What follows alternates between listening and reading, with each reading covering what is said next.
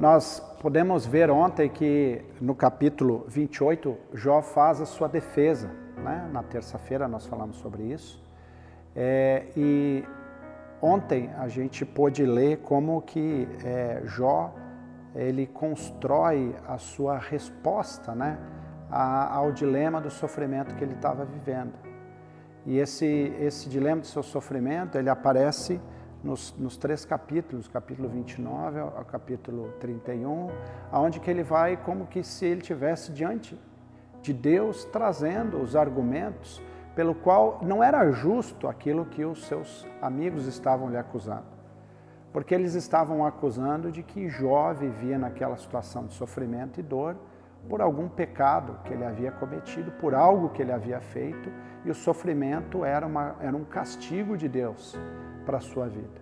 E Jó então começa a fazer uma autoavaliação. No capítulo 29, ele já começa se lembrando de como Deus havia considerado justo e como a vida dele prosperava.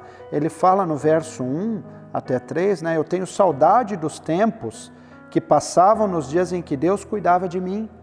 Ele iluminava o caminho à minha frente e eu andava em segurança em meio à escuridão. Na flor da minha idade, a amizade com Deus estava presente em meu lar. Então ele lembra do seu passado como essa relação de cuidado da parte de Deus com ele estava presente. Mas aí no capítulo 30, ele já lembra do seu sofrimento.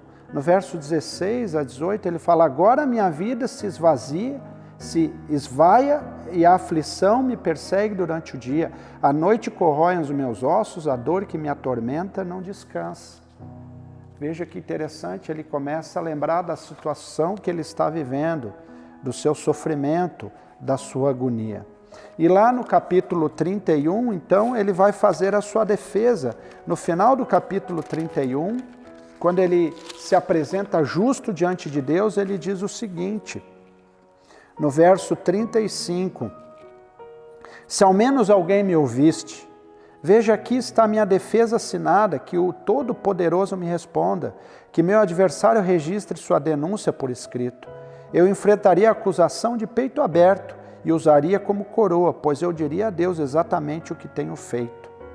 Então aqui ele fala sobre o fato de que ele é inocente, de que ele não poderia estar sofrendo o que ele está sofrendo, porque ele era um homem justo. No final, até o próprio Jó começa a perguntar a motivação pelo qual ele está sofrendo e passando tudo que ele sofre. E Jó então apela para a justiça divina. Se Jó está certo, então quem está errado? Deus estava o punindo com injustiça? Os seus amigos estavam usando de um critério errado para estabelecer essa causa e efeito na vida dele?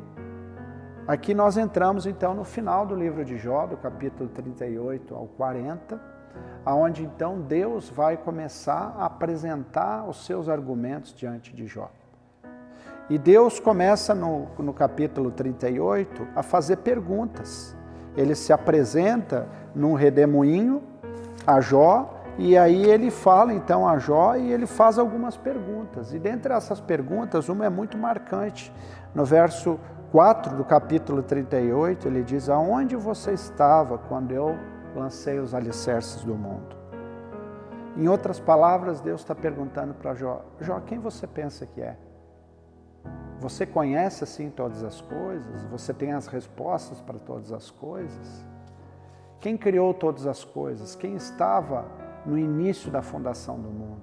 Quem sabe contar as nuvens? Quem sabe o balanço do mar? Quem sabe os grãos de areia? Né?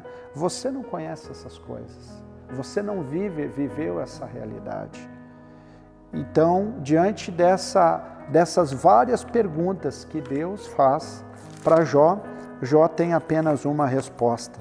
Ele diz lá no verso 4 do capítulo 40, eu não sou nada, como poderia encontrar as respostas? Cobriria a minha mão com a boca e já falei demais, não tenho nada mais a dizer.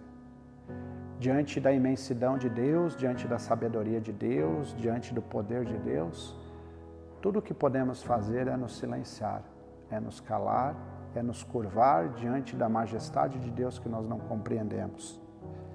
E quando nós olhamos para esse texto e olhamos para o capítulo que se conclui, é que Deus cuida de nós como Ele cuida de toda a sua natureza. Que nós estamos vivendo num mundo de perigo, num mundo de sofrimento, num mundo de miséria, por causa da condição humana em que nós estamos vivendo, por causa do pecado que se assola no mundo. E que não é uma matemática na nossa vida de causa e efeito que nós sofremos por alguma coisa que nós cometemos. E amanhã, quando você continuar lendo esse texto de Jó, você vai poder perceber como Deus restaura a Jó. E é interessante que no capítulo 42 há uma chave para entendermos o texto de amanhã, quando ele diz o seguinte: sou eu, no capítulo 42, verso 3 diz assim: sou eu, falei de coisas que eu não entendia, coisas maravilhosas demais que eu não compreendia. Verso 5, antes eu só te conhecia de ouvir falar, mas agora eu te vi com os meus próprios olhos. No meio do seu sofrimento, Jó encontrou uma oportunidade para avaliar a sua vida, avaliar a sua relação com Deus, e a conclusão que ele chega é de que ele saiu desse momento de sofrimento e tribulação muito mais conhecedor de si, muito mais conhecedor de Deus e com a sua fé restaurada e fortalecida.